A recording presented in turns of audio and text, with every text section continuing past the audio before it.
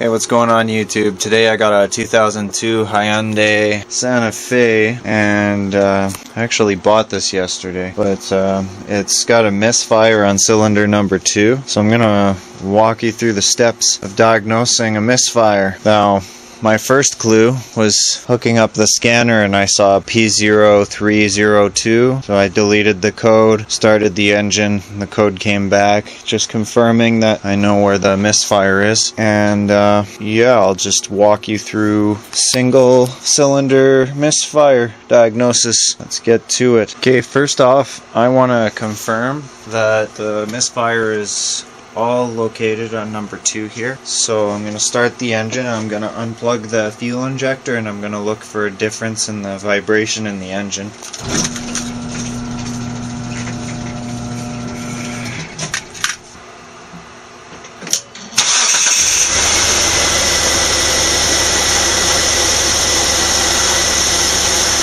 Okay, I don't know if you can see that, but it is vibrating. Now unplug the injector, no difference whatsoever. Okay, you can take a little peanut bulb like this. See? So the wiring to the injector is good. You can plug that, leave that unplugged for now.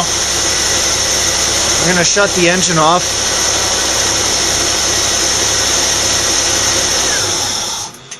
Now, the fact that there was no change tells me that this cylinder is the misfire. The scanner is not lying. So I'll take out this spark plug wire, and you're going to need a spark plug for this part. You can just take it out of the engine and just put it right in here and lay it right on top, right there, so it's touching. If you are going to remove the spark plug, it's best to unplug the fuel injector so that you're not spraying fuel out. So, and potentially causing a fire. I've seen that happen before, where someone was checking for spark and they had the fuel pouring out of the spark plug hole and started a fire when it hit the spark plug. It was pretty interesting. Okay, so what we're gonna do is start the engine and we're gonna look at the spark plug, see if we got spark.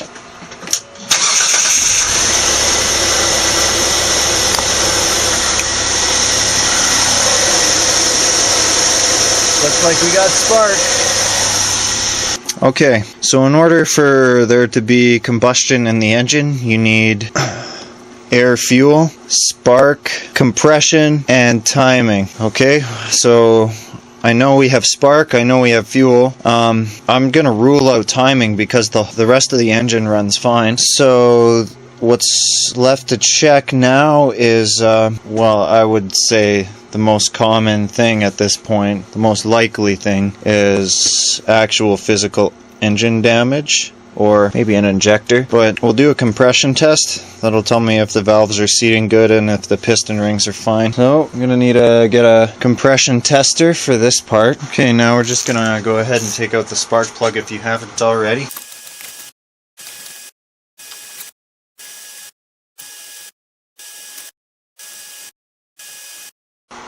Okay, I use a magnet to get my spark plugs out usually, or you can use a rubber hose. This, a little bit of oil, not too much. Let's see, focus. You suck. There we go. Okay, there's a little bit of fouling on it, a little bit of gas. Looks like it's a new plug though. Iridium. So you take this compression tester, it just goes down in the hole and you can spin it. Okay, you want to try to avoid starting the engine for this part. On most cars you can hold the gas pedal right to the floor and it's not going to start.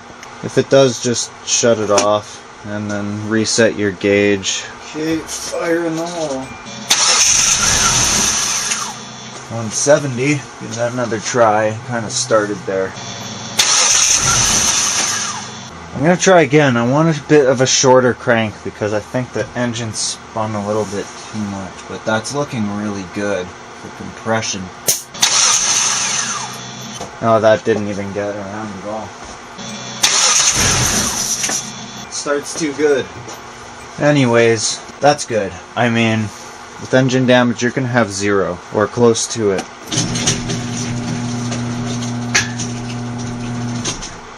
Okay, so what have we learned so far? We have compression, we have timing, we have spark, and the wiring to the fuel injector is good. So it's probably a fuel injector. And luckily, I've got a fuel injector in my toolbox that looks like it'll fit. It's definitely not from this car, and I'm definitely not leaving it in there, but I'm thinking I'm just gonna put it in and see how it runs.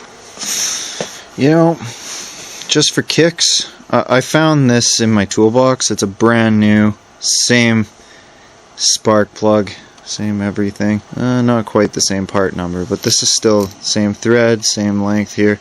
I'm going to throw it in and give it a shot. It's a little bit easier than the fuel injector. And I did smell a little bit of fuel in that cylinder when I took out the spark plug. So maybe it's just the spark plug. You install these plugs, you don't want to drop them in. You're going to end up bending this right here, and it's going to mess up your spark plug gap. So put it on a tube like this. Just get it started, and you can pull your tube out. Sometimes these spark plugs have a crush washer.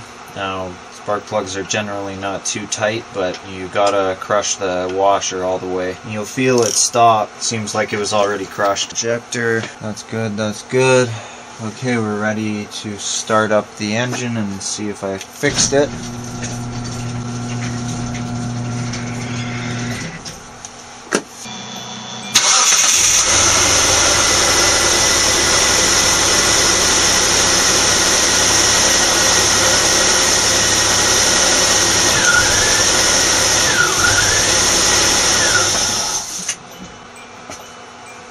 Okay, seems like the ECU's in some sort of protective mode. So this happened when I was trying to buy the car. Just got to reset the engine light and then start it again. I don't think I fixed it. I still heard a misfire there, but every time you go to hit the gas, the engine just shuts off. Just reset that light and we'll be back. Alright, we're back. I got the engine light cleared. Now I'm just gonna start it up and make sure that spark plug was not the fix. I'm pretty damn sure that it's not the fix, but that's not good enough. Let's start it.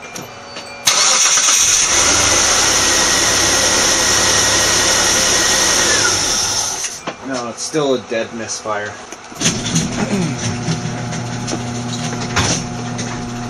Okay, well, I'm just gonna take that spark plug out. That's not the problem. Actually, no, I'm just gonna leave it until I'm done, and I'll take it out, just in case. So, yeah, I had a code for a bad fuel injector because I unplugged it. And they put the button for these in the dumbest spot. You can't get your finger in there. So, on these models, in order to remove the fuel injector, let's just take a look around here. So here we have a flexible line which hooks up to the fuel rail, goes over to a hard line. This can't flex, so you're gonna have to take off these two bolts. It's gonna spray fuel, so do it in a ventilated place. And I would spray some WD-40 down inside here, here, and here, because you're going to have to take out all three at the same time, and these O-rings are very sensitive. They frickin' always leak, so careful. And then I'm just going to pop off this little clip that holds this one, spray some WD-40 up in there, and wiggle the little guy out and put this one in. It's from a Subaru. Fits in here. I know it's a different CC, so I'm just doing this to see if the engine will run. Seems like the easiest way for me to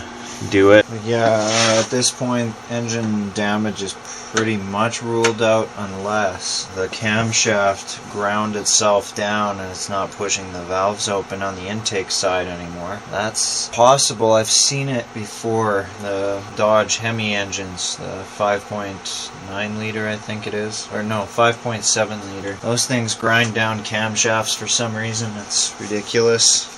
Usually at really low kilometers too. It's not a cheap job to fix either.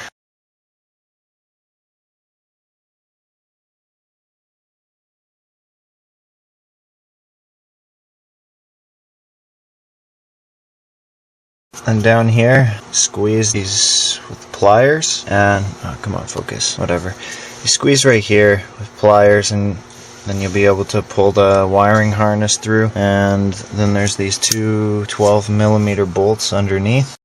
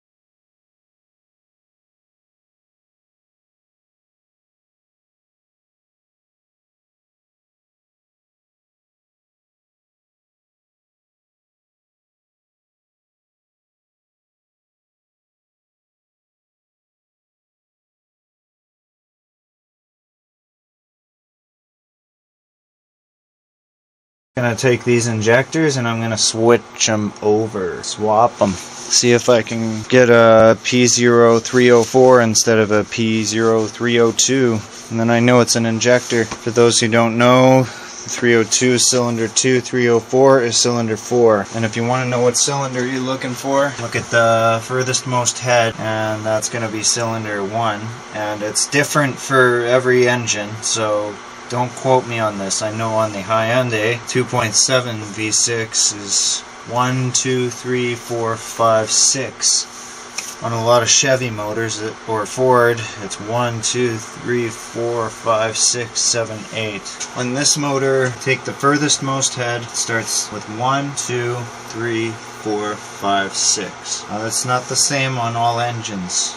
Some engines are 1, 2, 3, 4, 5, 6, 7, 8. I gotta learn how to count.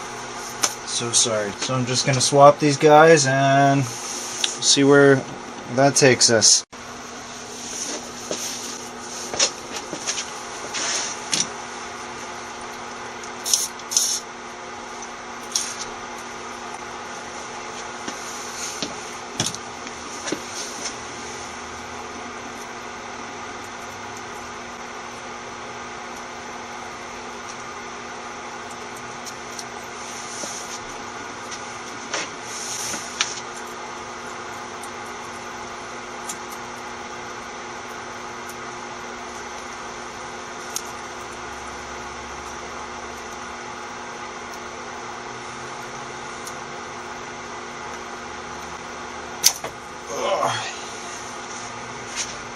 The bastard. So this is the supposed bad one.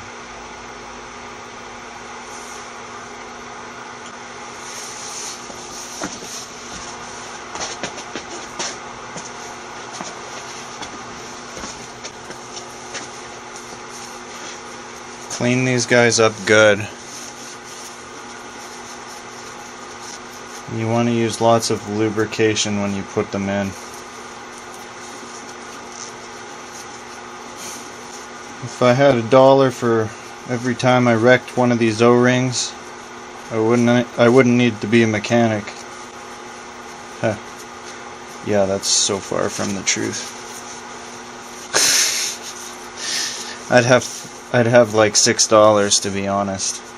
I'm just gonna mark this to avoid mixing it up. Just like draw all over it with a Sharpie. You're the bad one. You know how I know now? Because it's ugly. It's been defaced. And you guys are my witness. That's not actually where the fuel comes from. That's just around the O-ring. Ah, there we go. Thinking out loud again. I put some alcohol in this rag, so it's good for the rubber. Isopropylene, something like that. I've always used brake lubrication for this.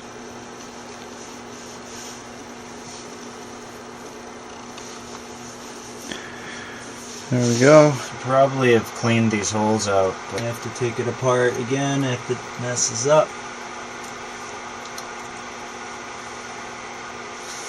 There's one.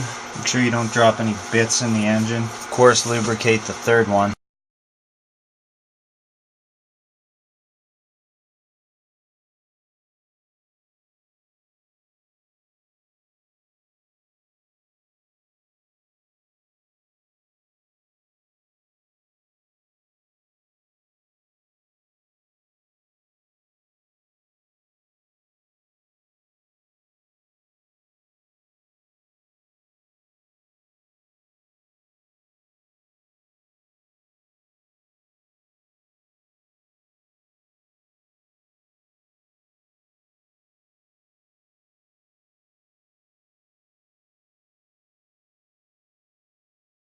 Okay, so we got the fuel injectors in. There's the one that I wrote on. Come on, you can see my Sharpie. Anyways, I'm gonna start the engine and wait until the engine light comes on. Alright, the first step to starting your car is opening the garage so you don't die. Here we are. Here's my good old key reader. Alright.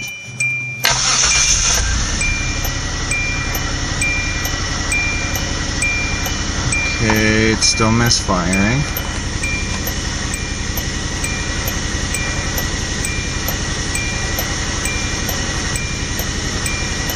Come on, check engine light. Should be right there. How long does it take for you to detect a misfire? Oh, there it is. Okay. Alright. Key on, engine off, plug in the scanner. And down here on this one, next to this toggle switch and this annoying beep. Beep beep.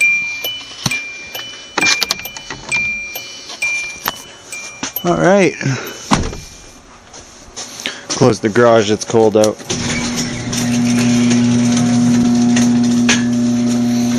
This takes a while. We'll be back. Okay, I'm just gonna give this a shot here.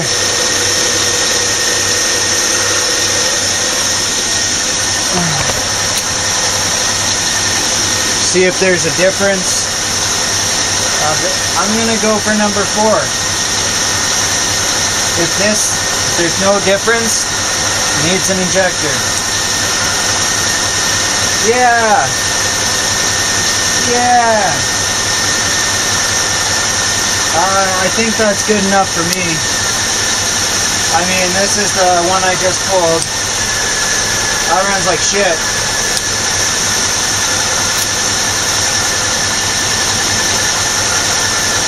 Well then, what do we have here? It was 302 before, now it's 304. So I am 100% sure that it needs that injector to be changed. Yeah, between the unplugging the injector and nothing happening at all to the way it was running, and the ability to manipulate the position of the problem itself in the ECU. I'm gonna say injector. There you go. I don't know how much more in depth you can get than that. I'm gonna change that injector, and you guys might hear about it in a later video, but I want to get this thing on the web. So yeah, if this video is still on, it fixed it. I'll delete this video immediately if it wasn't the injector. Okay, well, thank you for watching my video. This is fairly in-depth, in my opinion, how to diagnose. I mean, there's other ways to do some of the things I did. I've seen some guys take out the spark plug and hold on, I want to just shut this off. I've seen people test injectors by taking the spark plug out and putting a blowtorch down the hole while somebody cranks it, and you see fireballs come out. I don't really like that method, but it works. Well, yeah, like I said, thanks for watching my video. If you liked it, comment, rate, subscribe, and have a good day.